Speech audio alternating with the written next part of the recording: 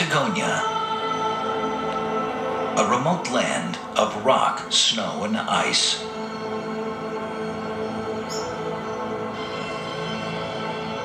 On the southern tip of South America, this freezing world is regularly hammered by an unusual type of blizzard. Patagonia is located in one of the most windswept regions on Earth. At this southern latitude, ocean storms that form here can sweep right around the globe unchecked, gaining in strength as they go. When these winds slam into the icy world of Patagonia, they race over the surface, whipping huge amounts of snow into the air. This creates a violent type of snowstorm, known as a ground blizzard.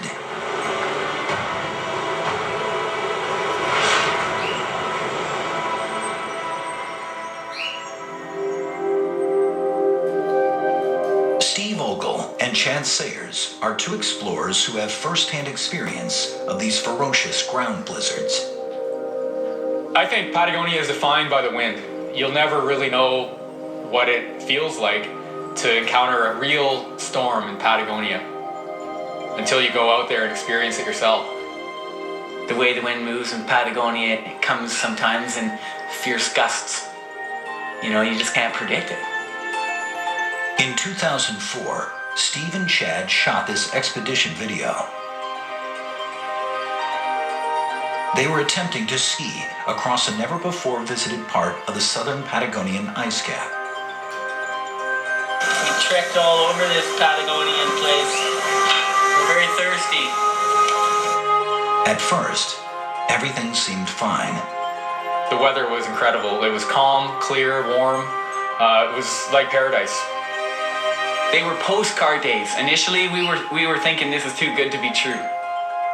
But in Patagonia, weather like this can change in a heartbeat.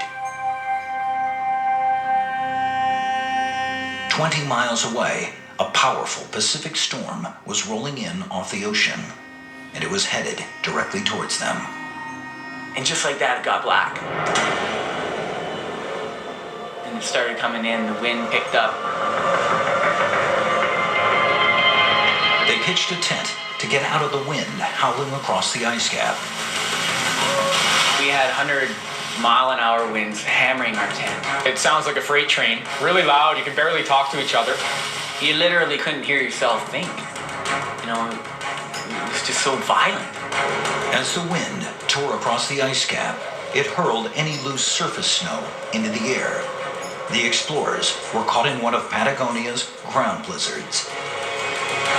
For 3 days, they remained holed up in their tent as it slowly began to get buried under the wind-driven snow.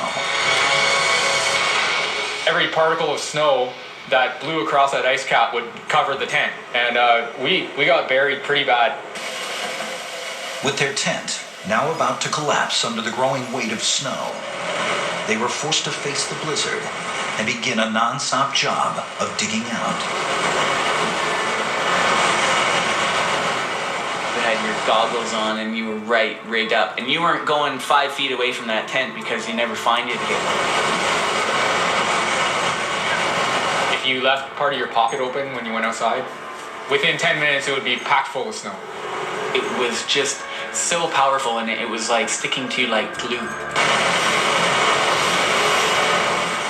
They remained trapped in their tent for 10 more days by the relentless ground blizzard. The buildup of snow threatened to bury them completely. There was a lot of fear.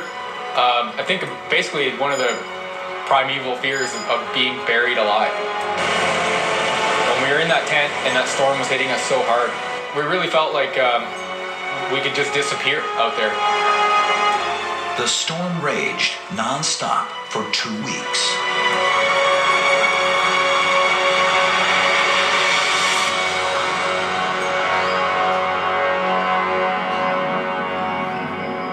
Their food was running low, and they were completely exhausted when the storm finally eased up.